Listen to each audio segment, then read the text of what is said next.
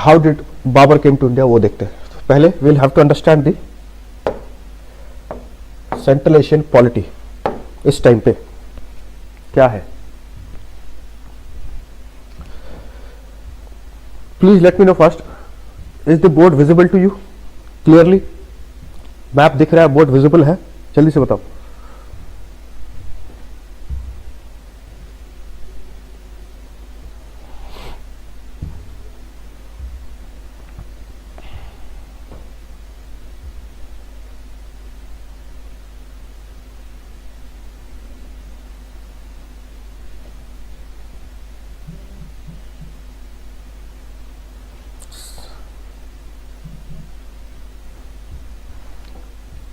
Okay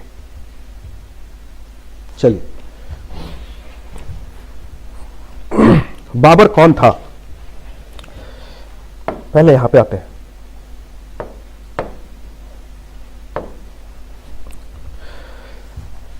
understand, listen to me very carefully, सुनना है इसे ध्यान से। ये मंगोल्स इन्हें क्यों बोलते हैं?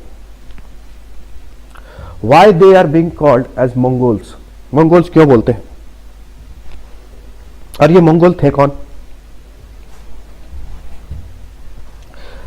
मंगोल्स की जीनियोलॉजी को लेके, उनकी रूट्स को लेके अलग अलग हिस्टोरियंस की अलग अलग व्याख्या है, फिलॉसफीज है। चाइनीज हिस्टोरियंस के मुताबिक कुछ अलग उसकी कहानी है। यूरोपियन स्टडीज में जो हिस्ट्री पढ़ रहे हैं उनकी कुछ अलग हिस्ट्री की कथा है। तो एक्चुअल में वो थे कौन? ऐसा बोला जाता है कि मंगोल खान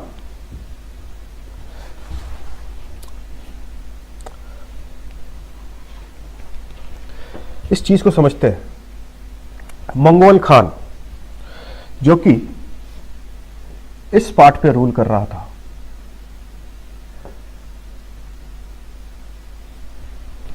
मंगोल खान कौन था? He is the first patriarch king of the Mongol tribe. उन्हीं के नाम से मंगोल रेस पड़ गया। And the word Mongol is derived from a word mong. Mong means brave, a dare devil. तो Mongol Khan he was in conflict with the Chinese dynasty, Chin dynasty at that point in time in China. Chin dynasty के साथ थे वो, तो उनके साथ conflict होती थी और हमेशा ये चाइनीज डायनेस्टी जो है वो मंगोल्स को परेशान करते थे, उनके साथ कॉन्फ्लिक्ट होता था। तो Mongol Khan was to subjugate the Chinese empire या Chinese king, and he was able to establish his own dynasty, that is Mongol dynasty. Mongol Khan के ही नाम पे उसके रेस का नाम पड़ गया मंगोल्स। ठीक है। और ये मंगोल्स थे कौन? कौन सी ट्राइब इन्हें बोला जाता है? इनको बोला जाता है इस टाइम पे, ध्यान रखना है, इस मैप को यहां पे देखिएगा, ये वाली जो रीजन है सेंट्रल एशिया वाली, यहां पे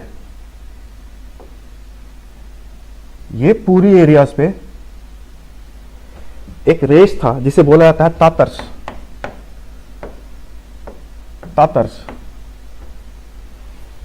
तातर ट्राइब, ये चाइनीज जो फिलॉसफी है उसके तहत बोला जाता है।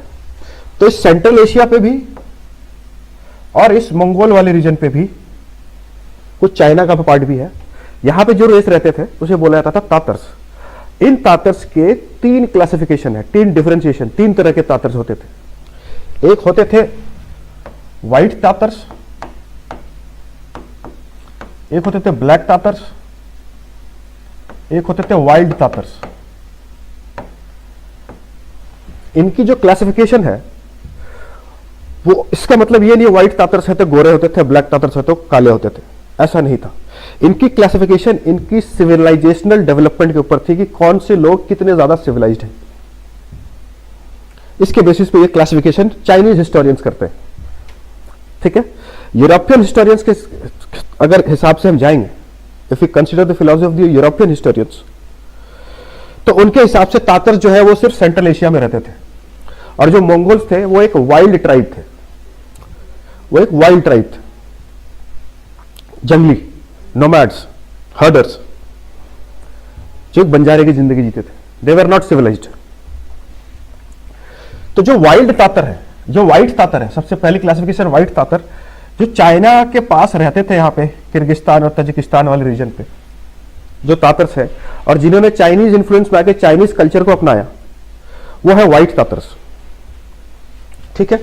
उसके बाद ये कजाकिस्तान, ऊपर उज्बेकिस्तान, किर्गिस्तान में और भी एक तातर ट्राइब जिसे बोला जाता है, उन्हें बोला जाता है ब्लैक तातर्स। ये व्हाइट तातर्स कुछ ज्यादा सिविलाइज्ड थे, ये जो ब्लैक तातर्स है थोड़े कम सिविलाइज्ड थे।